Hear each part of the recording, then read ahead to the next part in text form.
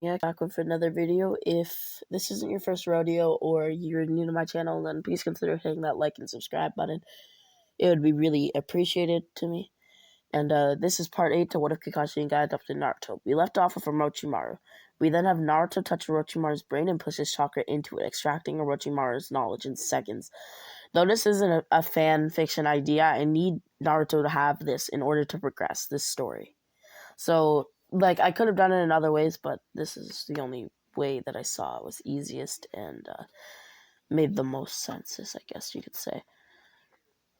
Naruto, figuring out all this info, heads to the hideout where Karin Uzumaki is. He then got to the first hideout, encountering a young girl about the same age as him looking over at a crowd of prisoners. He asked her if she wants to leave. She says, yeah, but what about Lord Orochimaru? Naruto then replied, I killed him. And what's your name? She then said, Karin.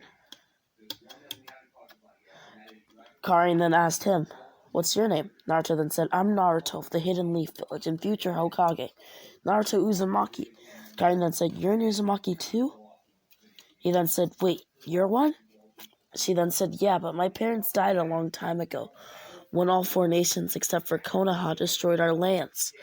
Naruto said, never knew. Disappearing, freeing all the inmates that were imprisoned, and in the little enclosure where they fight to see who gets the curse mark. He then created 3 shadow clones to carry Hinata, Karin, Sasuke, and Neji. They get to the second hideout and see a chamber. Karin tells them that this is Suigetsu's hideout. He's the least of your worries, except for his body being made out of water, when he wants it to be. He's really, really weak to lightning, though. Naruto then asked, why is that? She replied, he's from the Hozuki clan. Hozuki. I feel like I'm butchering that, but I think it's Hozuki clan. Naruto then said, oh, I see. Opening the door and breaking the tube that Suigetsu was in with 3 kunai. Suigetsu then got out, put on his clothes, and said, now, who are you? Looking at Karin, he then said, you know, you should knock first. Sometimes I don't know when people come here. Suigetsu then put on his clothes and said, now, who are you?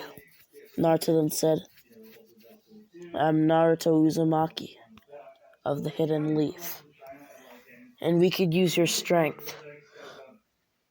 Suigetsu then said, that's cool and all, but what about Orochimaru? He never gave me an order. Naruto then replied, I killed Orochimaru, so you have nowhere to go. And Zabuza Momochi, the wielder of the Executioner's Blade, is in the leaf as we speak, and lives right beside me. And I know that your ambition is to wield the mighty Executioner's Blade. He's talked to you about you before. He then said, that's weird, but alright, I'll join the Leaf Village. Naruto then created another shadow clone to carry Suigetsu, while they told him about Jugo, the next hideout leader. He needed Naruto. Naruto also the next leader that he needed. Naruto also created 2 clones, one to go back. Oh my gosh, my phone is so close to dying. One to go back to the Leaf to tell Hiruzen and Zabuza, and the other to free the inmates at Karin's hideout. They then approached Jugo's hideout. Side note, Naruto is using MCM to boost his speed. That's the reason why Naruto and the others are going so fast. They then get into the hideout and hear loud screams. Naruto and his clones immediately rush to the area where they heard the noise inside of the hideout. They then see a boy in front of the bodies of several inmates that were decapitated. Suigetsu and Karin then said, that's him, Naruto. Naruto then walked in front of Jugo, and Jugo said, I know you're here to take me, but can Kimimaro come as well? Naruto then said, who is that? Naruto then put Jugo in a genjutsu when he saw Jugo start to manifest the curse mark. In the Genjutsu, Jugo explained everything to him, and Naruto told him a bit about him as well. Naruto then said, "We're going to the Leaf, Jugo. I've killed Orochimaru, and I can make your curse mark stable." Jugo said, "Really?" And Naruto said, "Of course. All we need to do is get to the Leaf so my father or I can seal it, because your curse mark is really strong. It will only stop the negative effects." Jugo then said, "That's more than enough. I just don't want to hurt people who are close to me." The clone Naruto sent had also freed the inmates in Jugo and Kimamaru's hideouts, because he sent a clone to Kimamaru's hideout as well to fight Kimamaru, or to pretty much get him to come with him. Kimamaru had heard the news from the Naruto clone that he had defeated Orochimaru, and Kimamaru went into a rage, because if you think about it, Orochimaru was kind of like a father figure to him in most ways, though it is kind of weird. At hearing the death of Orochimaru, he then complied, saying, "I'm only coming with you because the Leaf is a good place to restore my clan. And Jugo's going to be there, right?"